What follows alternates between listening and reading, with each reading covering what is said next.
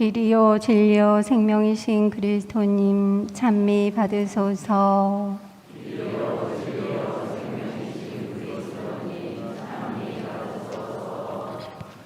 주님이 말씀하신다. 나는 너그럽고 자비로우니 이제 마음을 다하여 나에게 돌아오너라.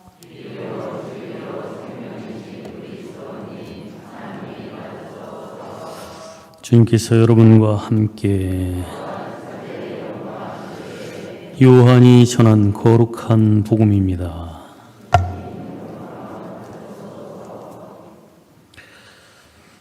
그때 예수님께서는 올리브산으로 가셨다.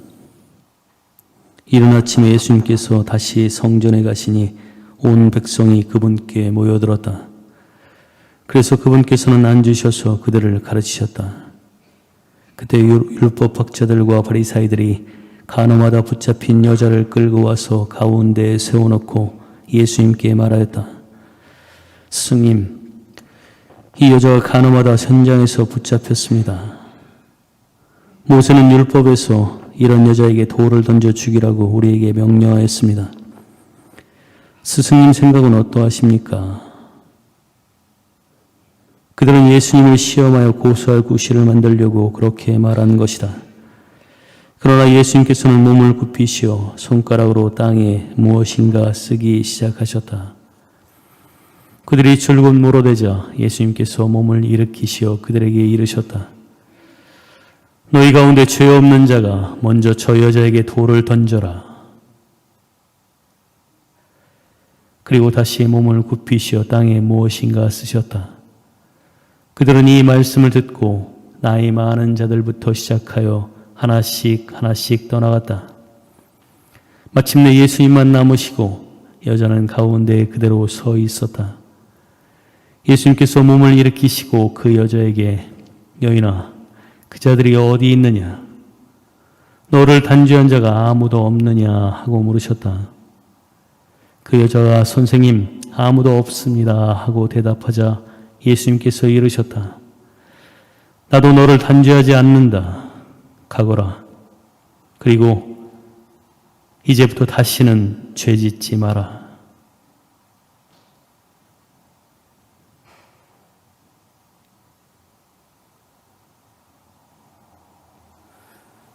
주님의 말씀입니다.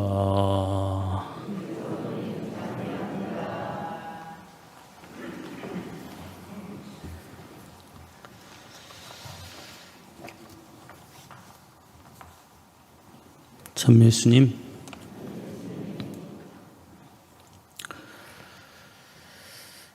사순식이 우리가 만나는 하나님은 출애굽의 하나님, 즉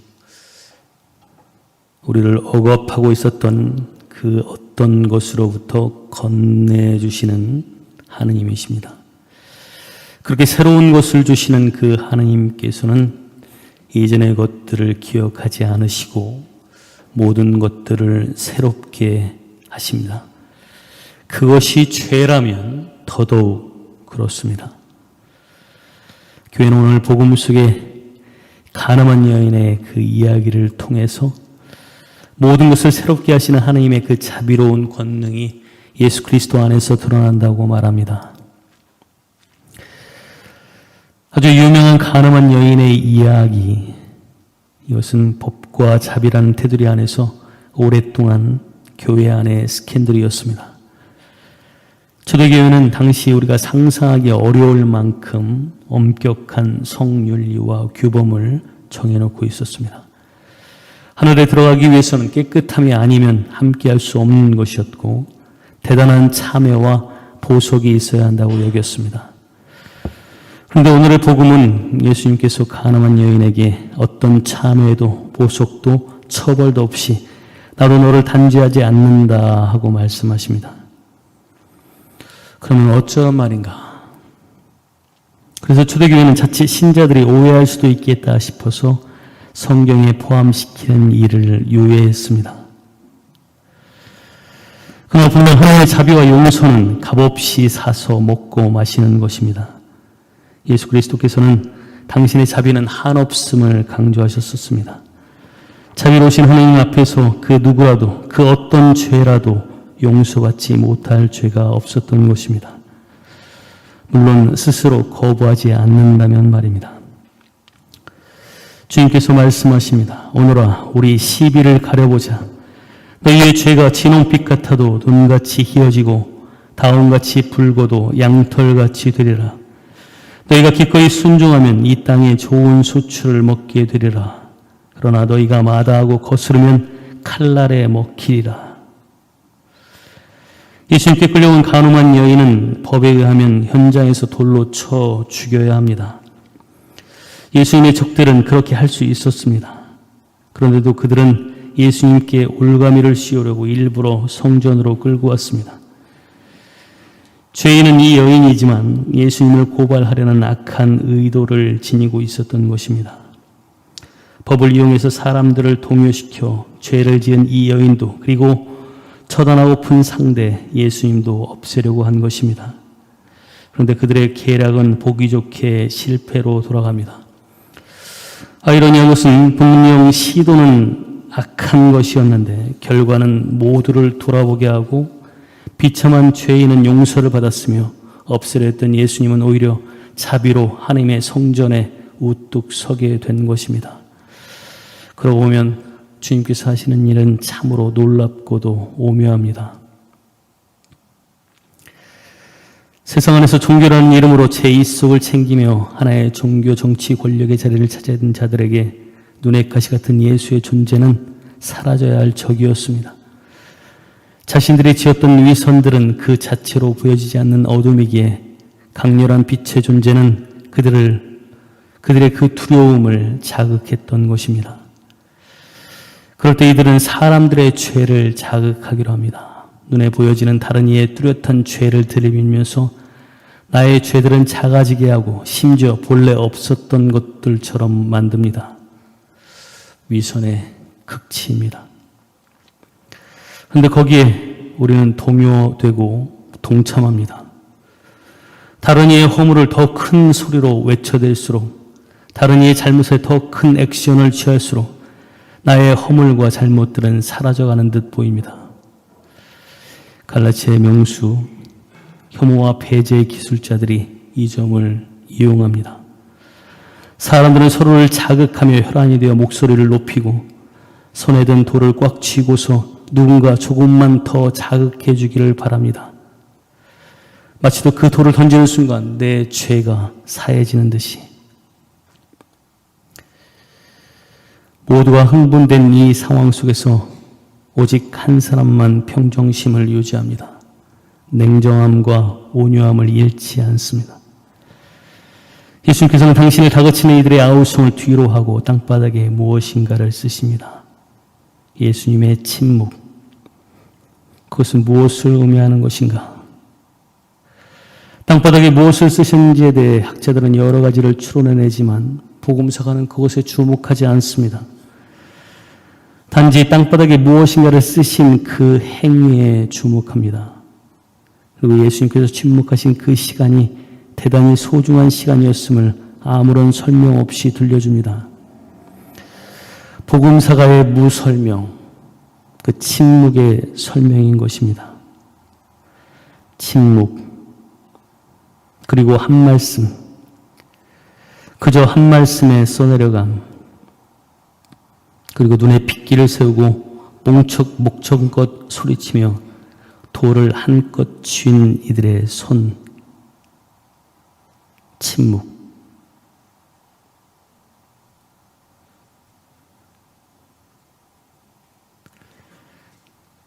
어느 정도의 시간이 흘렀을지 모르나 침묵은 그들의 한껏 힘을 쥔 그 손에 마음이 쏠리게 하고 핏기 서린 눈과 죽이라고 외쳐대던 자신들의 그 소리에 집중하게 합니다. 너 어디 있느냐? 한처음 하느님의 사랑을 잃어버린 죄를 지은 아담에게 외치던 간절한 아버지의 소리. 너 무엇을 하느냐?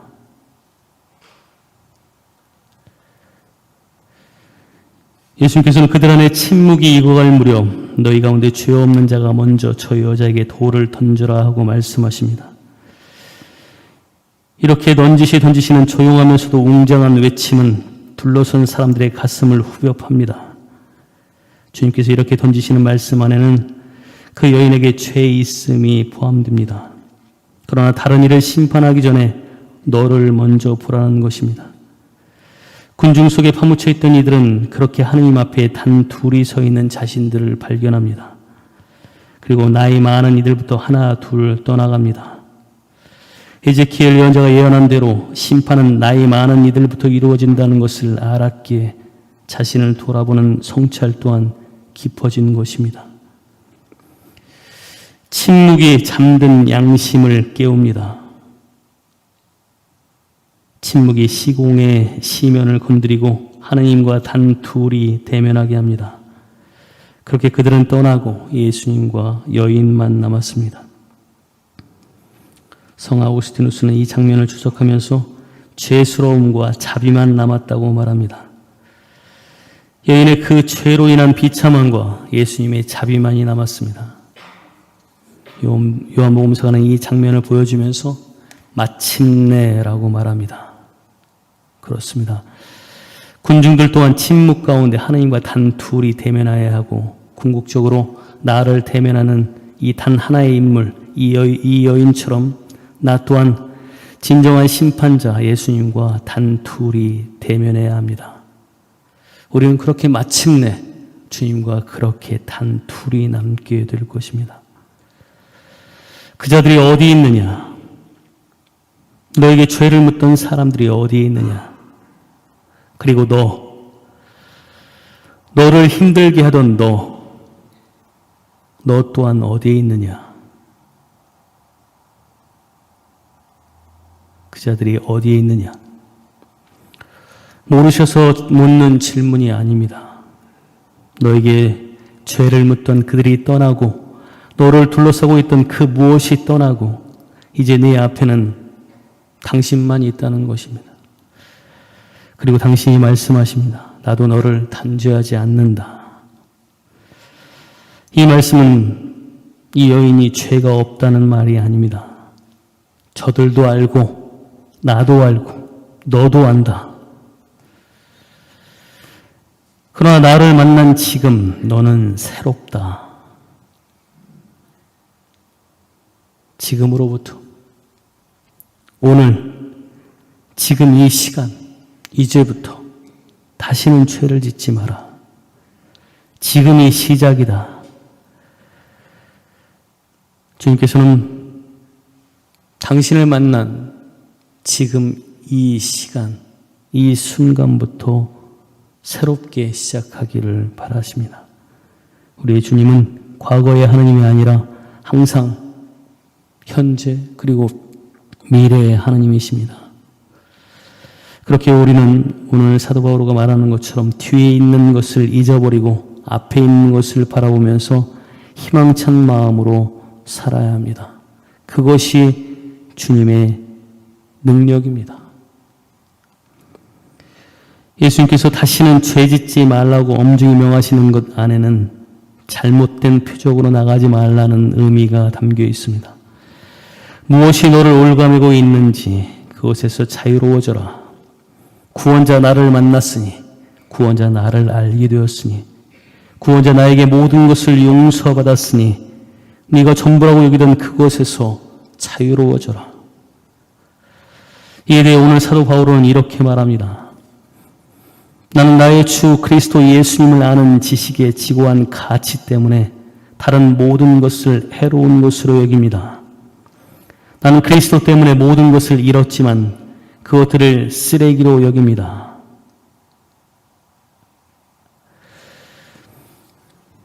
내가 지금까지 최고라고 여기고 있던 그 어떤 것들, 그것도 예수라고 하는 그 관역에서 벗어나 있는 것이라고 한다면 나는 다시 바로잡아야 하고 그 예수라는 관역을 향해서 나아간다는 것이 내가 지금까지 최고라고 여기고 있던 그 가치들을 빼앗기는 것이라고 하더라도 그것들은 예수님을 얻는 것에 비하면 아무것도 아니고 심지어 쓰레기입니다. 사도 바울은 이렇게 말합니다. 내가 그리스도를 얻고 그분 안에 있으려는 것입니다. 오늘의 말씀을 원문대로 번역한다면 내가 그리스도를 얻었으니 나는 그분 안에서 발견되려는 것입니다. 주님이라는 그 무엇과도 바꿀 수 없는 보물을 발견했고 그러니 나는 예수님과만 함께 살 것이고 하나님께서 나를 찾으신다면 예수님 안에서만 발견되기를 바란다는 것입니다. 주님을 알았어. 예수님을 알았으니 지고한 가치인 그리스도 예수님을 알았으니 나를 누군가가 찾는다면 나는 오직 예수님 안에서만 발견되기를 바란다. 오늘 사도 바울의 이 말을 들으면서 주님께 기도합니다. 주님, 당신을 알게 되었으니 저 역시 오직 주 예수님 안에서만 발견되기를 바랍니다. 아멘. 그러나 저는 분명히 알고 있습니다. 그것을 이미 얻은 것도 아니고 또 목적지에 다다른 것도 아닙니다. 다만 그것을 차지하려고 달려갈 따름입니다. 그래서 예수님께서 이미 당신 것으로 나를 차지하셨습니다. 나를 온통 주님이 차지하셨습니다.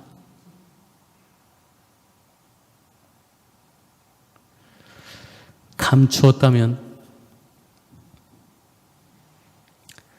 들키지 않았다면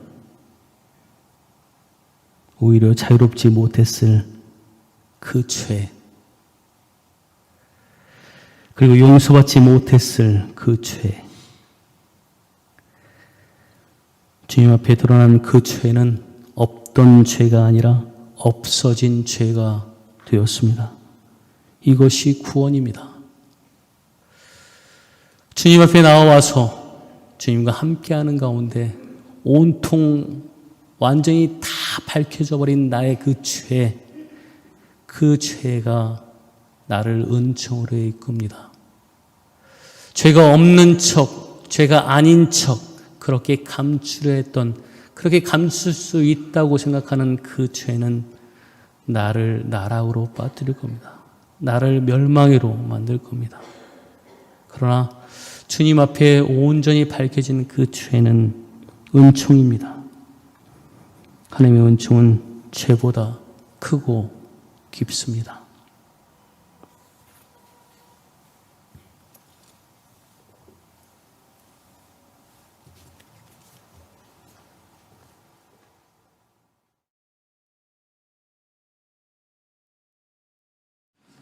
(4월) 성시간 4월 7일 8시에 있습니다.